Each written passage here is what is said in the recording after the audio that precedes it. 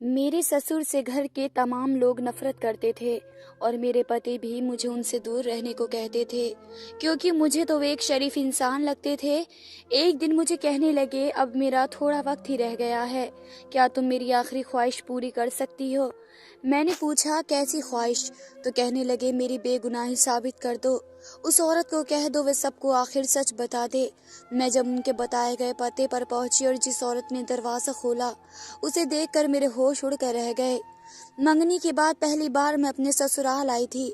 असल में उन्हीं लोगों ने हमें दावत दी थी और खास तौर पर मुझे भी बुलवाया था, ताकि मैं इस बहाने से उनका रहन सहन और घर वगैरह देख लूं। तो मैं भी अपने पापा के साथ अपने ससुराल आ गई। खाने के बाद मेरी ननंद भी मुझसे कहने लगी कि आओ तुम्हें अपना घर दिखाऊं। लेकिन अभी हम डाइनिंग हॉल से बाहर निकले ही थे कि उनका बेटा उसे तंग करने लगा। तो मैंने कहा, आप उसे खाना खिला दें, मैं खुद ही देख लेती हूँ। अभी मैं सीढ़ियाँ चढ़कर ऊपर ही आई थी कि अचानक ऐसा लगा कि कोई तेजी से मेरे पीछे से गुजरा है। चौंक कर पलटी तो कोई भी नहीं था। उसी वक्त एक कमरे के दरवाजे को कुंडी लगने की आवाज आई। मैंने सोचा कि आखिर इस कमरे में कौन गया है। सब घर वाले तो नीचे हैं, तो यहाँ पर कौन हो सकता है? मुझे किसी की मौजूदगी महसूस हुई थी। उस वक्त मेरी दूसरी ननंद ऊपर आ गई। तो मैंने उससे पूछा कि आप लोगों के अलावा कोई और भी है यहाँ पर, क्योंकि मुझे ऐसा लगा कि जैसे सामने वाले कमरे में कोई गया है। तो वे घबरा गई और मुझसे कहने लगी, नहीं भाभी, आपको कोई गलतफहमी हुई होगी, हमारे अलावा तो और कोई भी नहीं है। पर मुझे गलतफहमी नहीं हुई थी, बल्कि मुझे पक्का यकीन था कि कोई और भी हमारे अलावा यहाँ पर मौजूद है। लेकिन मैंने बहस करना ज़रूरी नहीं समझा और उसके साथ घर देखने लगी। मेरे ससुराल वाले अच्छे थे और उनके घर का माहौल भी मुझे बहुत पसंद आया, लेकिन कोई चीज़ मुझे खटक रही थी और मुझे समझ नहीं आ रहा था कि आखिर ये उलझन क्या है। मंगनी के बाद भी एक दो बार मेरा वहां पर अचानक उनके घर जाना हुआ, तो मुझे ऐसा लगा कि जैसे वे घबरा गई हों। मुझे रूम में बैठाकर मेरी सास जल्दी से कमरे से बाहर चली गई थी। मुझे लगा मेरे लिए इंतजाम करने गई होगी, तो मैं उनको मना करने उनके पीछे आई। तो वे किचन में नौकरानी को कह रही थी कि उससे कह दो कि वे हरगिज भी कमरे से बाहर न निकले। मुझे अपने पीछे देखकर मेरी सांस अचानक घबरा गई। मैंने पूछा, आप किसको कह रही हैं कि वे कमरे से बाहर न निकले? तो वे कहने लगी कि असल में तुम्हारा मंगेतर आज घर पर है, तो मैं उसके लिए कहलावा कह रही थी कि वह कमरे में ही रहे। असल में हमारे यहाँ पर ये रस्म है कि शादी की तारीख हो जाने से पहले दूल्हा दुल्हन एक दूसरे को नहीं देखते। ना जाने मेरी सास क्या छुपाने की कोशिश कर रही थी। मैंने उसे नहीं बताया कि सुबह ही मेरी उनके बेटे से बात हुई है और वह तो उस वक्त अपने दफ्तर में था। जरूर ये किसी और के बारे में बात कर रही थी, लेकिन मैंने उन्हें कोई तवज्जो नहीं दी कि अगर वे कुछ मुझसे छुपा रही हैं तो मैं पूछकर क्या करूंगी। वैसे भी मुझे आदत नहीं है किसी के मसलों में पड़ना। मैंने उन्हें कोई अहमियत नहीं दी कि हो सकता है कि उनका कोई और मेहमान आया हो, वह उसे मुझसे ना मिलवाना चाहती हो। शादी की तैयारियां बहुत जल्दी हो गई और मैं रुखसत होकर अपने ससुराल में आ गई। मैं अपने कमरे में बैठी अपने पति का इंतजार कर रही थी। अचानक दरवाजा खुला और एक बहुत उम्र का आदमी अंदर दाखिल हुआ। मैं उसे देखकर घबरा गई कि ये कौन है। ये तो मेरा पति नहीं है। न जाने कौन अंदर आ गया था। उससे पहले कि मैं पूछती, मैं मुझसे कहने लगा, बेटी घबराओ नहीं, मैं तुम्हें यहाँ पर नुकसान पहुँचाने के लिए नहीं आया हूँ। मैं तुम्हारे पति का बाप और तुम्हारा ससुर हूँ। मैं तो बस तुम्हें देखने आया था कि मेरी बहू कैसी है। मैं चौंक कर रह गई कि क्या मेरे पति का बाप भी है। जब ये लोग रिश्ता लेकर आए थे तो उन्होंने कहा था कि उसका बाप नहीं है, सिर्फ एक माँ है और एक बहन है। कितना बड़ा झूठ शादी के पहले दिन ही सामने आ गया। मुझे बहुत गुस्सा आया और मैंने इस वक्त आवाज देकर अपनी सास को बुलाया। कमरे में मेरी सास और मेरे पति भागते हुए आए और वहां पर उस आदमी को देखकर उनके होश उड़ गए। मैंने गुस्से से पूछा कि आप लोगों ने इतना बड़ा झूठ क्यों बोला? यह भी घर के ही एक आदमी है, तो आपने उनको क्यों छुपाया? इन सब के पीछे ऐसा क्या बड़ा मकसद है? अब तक न जाने आप लोगों ने और कितने झूठ बोले हैं। मेरी सास और मेरे पति शर्मिंदा नजरों से मेरी तरफ देख रहे थे और मेरी सास गुस्से से अपने पति को देखते हुए कहने लगी, तुम्हें मना किया था ना, मगर फिर भी तुम पास नहीं आए। चलो मेरे साथ। उन्हें पकड़कर खींचती हुई कमरे से बाहर ले गई, जबकि मेरा पति मुझसे कहने लगा, तुम बैठो, मैं तुम्हें सारी बात बताता हूँ कि हमने ये झूठ क्यों बोला। हमने बहुत पहले ही इन्हें बाप के लायक समझना छोड़ दिया है। अब हमारे लिए ये अहमियत नहीं रखते। इसलिए हमने उनके बारे में बताना भी गवारा नहीं समझा।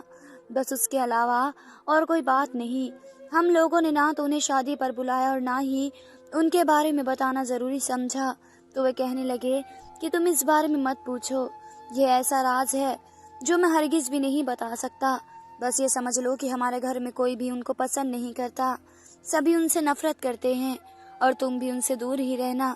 पति की बातें सुनकर मैं काफ़ी हैरान हो गई कि न जाने ऐसी भी क्या बात है कि अपने बाप से इस कदर नफरत क्यों करते हैं।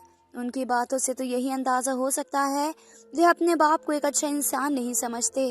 खैर ये उनका घर का मामला था, इसलिए मैंने ज़्यादा अहमियत देना ज़रूरी नहीं समझा। लेकिन फिर दिन गुजरने के साथ साथ मुझे एहसास होता गया कि ना सिर्फ मेरा पति बल्कि मेरी सास का रवैया भी अपने पति से इंतहाई ख़राब है। यहाँ तक कि बेटियाँ भी अपने बाप को कुछ नहीं समझती। हर कोई उनसे नफरत करता है और उनको नफरत की निगाहों से ही देखते थे। वे बेचारे अपने कमरे में अकेले पड़े रहते थे और ये जानकर तो मैं हक्का बक्का ही रह गई कि मेरी सास ने अपना कमरा भी अलग कर रखा था। मेरी दोनों ननंदें शादीशुदा थी, वरना मैं उन्हीं से ही पूछ लेती कि आखिर ऐसा क्यों है। एक दिन ऐसा हुआ कि मैंने सोचा कि मैं जाकर अपने ससुर को भी खाना दे आती हूँ, क्योंकि ये लोग तो उनको अपने साथ डाइनिंग टेबल पर भी नहीं बिठाते थे। मैं गहरी सी एक प्याली लेकर उनके कमरे में गई तो वे बहुत खुश हुए, मगर उससे पहले मैं उनको प्याली पकड़वाती उस वक्त मेरे पति वहाँ पर आ गए और मेरे हाथ से वे प्याली खींच कर नीचे फेंक दी। मुझसे कहने लगे, मैंने तुम्हें मना भी किया था कि उनके कमरे में नहीं आना और ना ही उनके आसपास रहना, तो तुम क्यों यहाँ पर आई हो, चलो यहाँ से। वे मुझे खींचते हुए कमरे से बाहर ले गए और मुझसे बहुत ही बुरी तरह नाराज होने लगे। मैंने हैरानी से पूछा कि ऐसा क्यों कर रहे हो आप? वह आपके पापा हैं और बहुत ही शरीफ इंसान हैं, उन्होंने तो मुझे आज तक कुछ भी नहीं कहा। मेरा पति कहने लगा, हम उनके बारे में जो जानते हैं वे तुम नहीं जानती, अगर तुम जान लो तो तुम भी उनसे नफरत करो और मैं तुम्हें सब सच बता भी नहीं सकता, इसलिए जो घर के मसले चल रहे हैं वे चलने दो और बस ये बात मेरी याद रखो कि उनसे दूर ही रहना। खैर उस वक्त तो मैं अपने पति के सामने चुप हो गई, मगर ये मामला मुझे उलझन में डाल रहा था। ऐसा भी क्या गुनाह कर दिया, उनके अपने सगे घर वाले ही उन्हें माफ करने को तैयार नहीं हैं। मैंने अपने ससुर को जब भी देखा था चुपचाप और खामोश ही देखा था, अक्सर उन्हें कमरे में बैठा हुआ ही देखा था। तो मैं सोचती थी कि जब ऊपर वाला माफ कर देता है तो ये इंसान क्यों नहीं करता। एक दिन मुझे मौका मिला तो मैंने अपने ससुर से पूछा कि ऐसी भी क्या बात हो गई है कि आपके घर वाले ही आपके खिलाफ हो गए। तो वे रोने लगे और कहा कि तुम मेरे पास ना आया करो, ना ही मुझसे कोई बात किया करो, उन लोगों को अच्छा नहीं लगता। मैं नहीं चाहता मेरी वजह से ये तुम्हें भी बातें सुनाएं। तुम एक अच्छी लड़की हो, मुझे उनके लिए फिक्र रहती थी, क्योंकि कोई उनका ख्याल रखने वाला और पूछने वाला नहीं था। वे हर लिहाज से एक शरीफ इंसान ही थे और मैंने उनके किरदार में कोई खराबी नहीं देखी थी। एक बार ऐसा हुआ कि बड़ी ननंद रहने आई हुई थी और उसकी बड़ी बेटी जो 5 साल की थी कहने लगी, माँ मैं नाना से जाकर मिलाऊं। तो उनकी माँ ने उसे डांटते हुए कहा, नहीं, कोई ज़रूरत नहीं है उनके पास जाने की, ये तुम्हारे नाना नहीं है। मैं तो ये रवैया देखकर अफसोस करती रह गई कि ये कैसी बेटी है, इतनी नफरत कैसे करती है। मेरे ससुर की तबीयत भी अब खराब ही रहती थी, वे अक्सर बीमार रहने लगे थे। मैं हर मुमकिन कोशिश करती थी कि उनका ख्याल रख सकूं, उनके पास जाकर थोड़ी बातें करके उनका ध्यान बटा सकूं। और मेरी सास और सभी मुझे बहुत बातें सुनाते थे और हर मुमकिन कोशिश करते थे कि मैं वहां ना जाऊं, मगर मैं किसी को भी नहीं सुनती थी, क्योंकि मेरा दिल कहता था कि वे मेरे साथ कुछ बुरा नहीं करेंगे। मुझे लगता था कि जरूर पहले का कोई ऐसा राज है जिससे सभी वाकिफ हैं सिवाय मेरे। अब मेरा भी दिल कर रहा था कि मैं भी पिछली सारी हकीकत मालूम कर लूं, जिस पर अभी तक पर्दा पड़ा हुआ था। मेरे पापा की सालगिरह करीब आ रही थी तो मैंने सोचा कि उनको सरप्राइज दूं। मैं चाहती थी कि उनकी जितनी भी पुरानी तस्वीर है उनको दोबारा से नया बनवाकर एक एल्बम बनवाकर अपने पापा को गिफ्ट में दे दूं। मैं ये काम पापा से छुप कर करना चाहती थी, इसलिए एक दिन जब पापा घर पर नहीं थे तो मैं अपनी माँ के गई और सीधा पापा की लाइब्रेरी में चली गई, जहाँ पर उनकी पुरानी तस्वीर रखी हुई थी। उनकी तस्वीरों को देखते हुए मैं चौंक के रह गई, क्योंकि पापा की जवानी की एक तस्वीर ऐसी थी जिसको देखकर मैं उलझ कर रह गई। इस तस्वीर में पापा के साथ जो आदमी नजर आ रहा था वह तो बिल्कुल मेरे ससुर के जैसा था। यकीनन उन दोनों की जवानी की तस्वीर थी। इसका मतलब तो ये था कि मेरे पापा उनको बहुत पहले से जानते थे, शायद वे दोनों दोस्त थे। क्योंकि वह तस्वीर उनकी नज़दीकी को बयां कर रही थी। इसके अलावा भी एक दो और तस्वीर में मुझे भी नज़र आए जिसमें वे हमारे ख़ानदान के साथ बैठे थे। उसका मतलब तो ये था कि उनका हमारे घर बहुत ही आना जाना था। मुझे ये कुछ समझ नहीं आया। इससे पहले पापा घर आ जाते मैं जल्दी से वहाँ से चली गई। लेकिन ये बात मुझे बहुत खटक रही थी कि आखिर ये सारा क्या चक्कर है। जब मैं घर आई तो अपने ससुर से पूछने के लिए उनके कमरे में गई, लेकिन वे बहुत निर्धारित और बीमार लग रहे थे। तब मैंने उनसे कुछ नहीं पूछा। मैंने उनसे कहा कि मैं आपके लिए कुछ कर सकती हूँ, तो कहने लगे कि तुम मेरी बेगुनाही साबित कर सकती हो, इसलिए तो तुम यहाँ पर आई हो। तुम जाकर उस औरत को कहो कि वे जाकर सबको सच बता दे कि मैं हरगिज भी ऐसा नहीं हूँ। मुझ पर झूठे इल्ज़ाम लगाए गए हैं। मेरी बस यही आखिरी ख्वाहिश है कि मुझ पर से ये सब इल्ज़ाम हट जाएं और मैं बिल्कुल सही होकर इस दुनिया से जा सकूं। मैं उनकी बातों से उलझ कर रह गई। मुझे समझ नहीं आया था और ना उन्होंने मुझे कुछ ज़्यादा बातें बताई थी। बस एक बात देकर कहने लगे कि इस पति पर जाओ और यहाँ पर मौजूद औरत को कहना कि अब बहुत देर हो गई है, वापस पलट आओ और सबको सच बता दो। क्या पता उसको अपने किए का एहसास हो गया हो और वे आकर मेरी बेगुनाही साबित कर दे। मैंने उनसे इस घर का एड्रेस लिया और अगले दिन वहाँ पर चली गई। देश शहर का एक इलाका था और मैं अंदर ही अंदर डर भी रही थी कि अगर इस औरत ने मुझे कोई सवाल किया तो मैं क्या जवाब दूंगी। जाने वे औरत कौन थी और उसका उनसे क्या ताल्लुक था। लेकिन मैं जिस काम के लिए आई थी वह मुझे करना तो था ही, इसलिए मैंने दरवाजे पर दस्तक दी। जिस औरत ने दरवाजा खोला उसे देखकर मैं चौंक कर रह गई। मुझे अपनी आंखों पर यकीन नहीं आया। मगर 6 साल बीत चुके थे, लेकिन मैं एक नज़र में ही उन्हें पहचान चुकी थी। मगर वक्त बहुत आगे बढ़ गया था और उनके बाल भी सफ़ेद हो चुके थे, लेकिन नैन नक्श तो वही थे। उनको यहाँ पर इस हाल में देखकर मैं अजीब होकर रह गई। वे मेरी सगी बुआ थी, मेरी फेवरेट हुआ करती थी, मेरी बचपन की साथी जिनके साथ मेरा सारा बचपन गुजरा। वे मेरी दोस्त और मेरी हमराज थी। लेकिन फिर एक दिन वह अचानक ही गायब हो गई और उस दिन के बाद से हम उनके बारे में कुछ मालूम नहीं कर पाए और वक्त गुजरने के साथ साथ मैं भी भूलती गई। लेकिन आज अपने सामने देखकर सब याद आ गया। मैं पिछली बातों में खोकर ही रह गई थी कि अचानक उनकी आवाज़ से होश में आई।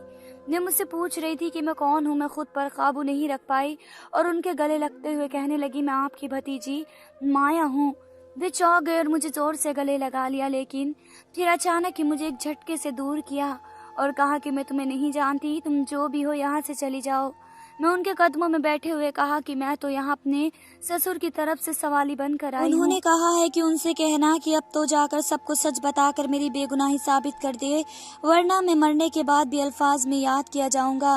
देह चौंक गए और मुझसे कहने लगी, इस सब का क्या मतलब है। तो मैंने उन्हें बताया कि शायद आपके ही लगाए गए किसी इल्ज़ाम की वजह से वह अब तक अपने घर में बहुत बुरे समझे जाते हैं और हर कोई उनसे नफरत करता है। तो उन्होंने आपसे रिक्वेस्ट की है कि आप जाकर सबको सच बताएं कि उन पर से सारे इल्ज़ाम हटा जाएं। मैं भी यह भी जानना चाहती थी कि वे यहाँ पर क्यों है और उनकी बाकी फैमिली वाले, उनके पति और बच्चे वगैरह कहाँ पर हैं। वे इतने साल हमसे दूर क्यों रही और मेरे ससुर ने उनका ऐसा क्या रिश्ता था। लेकिन मैं कुछ भी पूछने की हिम्मत नहीं कर पाई और सोचा कि अब तो वक्त ने आमने सामने कर दिया है तो सारे सवालों के जवाब भी मिल जाएंगे। पहले तो मैं मना करने लगी, लेकिन फिर एकदम ही कहने लगी कि ठीक है, मैं तुम्हारे साथ चलने को तैयार हूँ। आज सबके सामने सच ही आ जाए तो बेहतर है। जब मैं उन्हें अपने साथ लेकर गई तो मेरी सास के चेहरे की रंगत पीली पड़ गई। वे चीखते हुए आगे बढ़ी कि तुम फिर से मेरी जिंदगी में जहर घोलने आ गई हो। तुम्हारी हिम्मत कैसे हुई दोबारा इस दहलीज पर कदम रखने की। मैंने फोन करके अपने पापा को भी बुला लिया था और जब उन्होंने भी अपनी बहन को देखा तो वे भी अपने जज्बात पर काबू नहीं रख पाए और आगे बढ़कर उनसे मिलने ही लगे थे कि बुआ ने हाथ के इशारे से उन्हें रोक दिया। मेरे पति मुझसे कहने लगे कि ये सब क्या तमाशा है और ये औरत कौन है। मैंने पूछा कि सबसे पहले आप मुझे बताएं कि आप लोग अपने पापा से इतनी नफरत क्यों करते हैं। तो मेरे पति कहने लगे कि इसलिए कि मेरे पापा इंसान कहलाने के लायक नहीं हैं। उनसे शादी के नाम पर ना सिर्फ एक मासूम लड़की को गालियां बकी, उसकी इज्जत भी लूटी, इसलिए हम सब उनसे नफरत करते हैं। मेरी बुआ आगे बढ़कर कहने लगी, क्या तुम जानना चाहते हो कि जिस औरत के हवाले से तुम अपने बाप पर इल्जाम लगा रहे हो वे कौन है। तो सुनो, वे मैं हूँ और जो ये सुनकर तुम इल्जाम लगा रहे हो वो छोटा है। मैं कोई और नहीं बल्कि तुम्हारे बाप की बीवी हूँ, दूसरी बीवी। ये सब सुनकर तो मेरे साथ साथ मेरे पति और उसकी बहन भी चौंक कर रह गए। लेकिन मेरी सास गुस्से में आ गई और कहने लगी, मेरे घर से निकल जाओ, हमें तुम्हारी कोई बात नहीं सुननी। बुआ गरज कर कहने लगी, आज तो सबको सच सुनना ही होगा। तुम्हारे पापा मेरे भाई के एक बहुत अच्छे दोस्त थे और उसके नाते उनका हमारे घर पर आना जाना लगा रहता था। मैं बहनों में सबसे छोटी थी और बेइंतहा लाडली भी थी, इसलिए भाई के साथ साथ में तुम्हारे पापा की भी एक अच्छी दोस्त थी। लेकिन ये दोस्ती पसंदीदा में बदल गई। मुझे कुछ अंदाजा ही ना हो सका, क्योंकि मैं अच्छी तरह से जानती थी कि वे शादीशुदा और 3 बच्चों के पापा हैं। लेकिन मोहब्बत और कम उम्र की दीवानगी शायद इसी तरह खुदगर्ज बना देती है। वे हरगिज भी मुझसे शादी नहीं करना चाहते थे, मगर मैंने जब अपनी जान लेने की कोशिश की तो वे उन्होंने मुझसे शादी कर ली। मैं जानती थी कि मैं तुम्हारे माँ के हक पर डाका डाला है और मैंने उनसे बहुत बार माफ़ी भी मांगी कि मैं हरगिज भी उन पर सौतन बनकर नहीं आना चाहती थी, लेकिन दिल के हाथों मजबूर थी। लेकिन तुम्हारी माँ ने दिल बड़ा करके मुझे कबूल कर लिया और सबके सामने महान बन गई। लेकिन अंदर ही अंदर वह मुझे उस घर से निकालने की प्लानिंग बना रही थी। मैंने तो उसे बड़ी बहन का दर्जा दिया और तुम लोगों को भी अपना बच्चा ही माना, मगर उससे ये सब बर्दाश्त नहीं हुआ। एक दिन ऐसा हुआ कि घर पर कोई नहीं था कि अचानक मेरा एक दूर का कजिन मुझसे मिलने आ गया। ये मुझे पसंद करता था, हमेशा से ही मुझसे शादी करना चाहता था और अब मुझसे गिला करने आया था कि उसे छोड़कर एक शादीशुदा आदमी से शादी क्यों कर ली। कि इसी वक्त तुम्हारी माँ ने यह सब देख लिया और शोर मचाकर सबको इकट्ठा कर लिया कि मैं तो बदकिरदार हूँ और मर्दों को फंसाती हूँ। मेरे पति के आने से पहले ही उसने मुझे धक्के देकर घर से बाहर निकाल दिया। मेरे घर वाले तो पहले ही मुझसे नाराज थे कि मैंने उनकी मर्जी के बगैर शादी कर ली और ऊपर से इतना बड़ा इल्ज़ाम उन्होंने भी मुझे कबूल करने से इनकार कर दिया। तो मैं अपनी एक दोस्त के यहाँ पर चली गई। वहाँ पर कुछ दिनों के बाद मुझे तलाक नामी के पेपर मिले तो मैं भी उन पर साइन कर दिया और उसके बाद हमेशा के लिए खुद को सबसे दूर कर दिया और सबसे नाता तोड़कर यहाँ पर आ गई। अभी कुछ महीनों पहले तुम्हारे पापा ने मेरी अचानक मुलाकात हो गई और उसने मेरे घर का एड्रेस देख लिया था। तभी तो आज मुझे यहाँ पर बुलाया है कि मैं उस पर लगाया इल्ज़ाम वापस ले लूँ। लेकिन मैं तो उस पर कोई इल्ज़ाम कभी लगाया ही नहीं। इल्ज़ाम तो मेरी जात पर लगाए गए थे। ये सब सुनकर किसी को भी यकीन नहीं आ रहा था, ख़ास तौर पर मैं तो बहुत ही बेयकीनी थी। मैंने कभी सोचा भी नहीं था कि मेरी सास इस हद तक भी साजिश कर सकती है। मेरा पति कहने लगा कि माँ, ये सब क्या है? आपने तो हमें कहा था कि हमारा बाप एक बदकिरदार आदमी है, ये सब क्या है? तो इसकी माँ चीखते हुए कहने लगी, हाँ, मैंने ये सब कहा था क्योंकि मैं उस शख्स को सज़ा देना चाहती थी। जिस दिन उसने मुझ पर सौतन लाकर बिठाई थी, उसी दिन से उसके लिए मेरे दिल में नफरत पल रही थी। मैं उसको ऐसी सज़ा देना चाहती थी कि ये ज़िंदगी भर याद रखे, और ये सज़ा इससे बढ़कर क्या हो सकती थी कि उसकी औलाद उससे नफरत करे। जब उसकी बीवी को मैंने घर से निकाल दिया तो मैंने उससे कहा कि उसने तुम पर झूठा इल्ज़ाम लगाया है कि तुमने उसकी शादी से पहले इज्जत लूटी थी, इसी वजह से उसने तुमसे शादी की और अब उसने तलाक को कहा और दोनों तरफ से गलतफहमी डलवा कर उसने तलाक करवा दी। और तुम लोगों को भी यही बताया है कि तुम लोग सारी जिंदगी अपने बाप से नफरत करो और यह इस नफरत का शिकार होकर एहसास जुर्म में अपनी जिंदगी गुजारते रहे कि उसने मुझे धोखा क्यों दिया। और उस लड़की को हमेशा के लिए उस घर से दूर रखने की खातिर मैंने अपने बेटे का रिश्ता बचपन में ही उसकी भतीजी से तय कर दिया और ये जाहिर करवाया कि मैं रिश्ता बचाना चाहती हूँ। मेरे पति और उसकी बहनों की आंखों में आंसू आ गए और वे बहुत ही ज्यादा अपने बाप से लपटकर माफी मांगने लगी कि हमें माफ कर दो कि एक अरसे तक बिना वजह आपसे नफरत की। दूसरी तरफ से मेरे पापा अपनी बहन से माफी मांगने लगे और कहने लगे कि हमने तुम्हें तलाश करने की बहुत कोशिश की, लेकिन तुमने अपना कोई भी निशान नहीं छोड़ा। हमें माफ कर दो, हमने इस औरत की बातों पर यकीन कर लिया। मैं खुश थी कि इतने सालों के बाद सारी गलतफहमियां दूर हो गई। पापा को अपनी बिछड़ी हुई बहन मिल गई और मेरे ससुर को उनकी औलाद मिल गई। और जहाँ तक मेरी सास का सवाल था तो वह अब इस चीज़ पर अमल करने लगी थी, क्योंकि अब नफरत का रुख उनकी तरफ हो चुका था। उनके बच्चे अब उन्हें देखना भी गवारा नहीं करते थे। अपनी बेवजह की नफरत से उन्होंने कई जिंदगियां बर्बाद की और खुद भी कभी सुकून नहीं पाया और ना ही आइंदा पाने वाली हैं। धन्यवाद दोस्तों।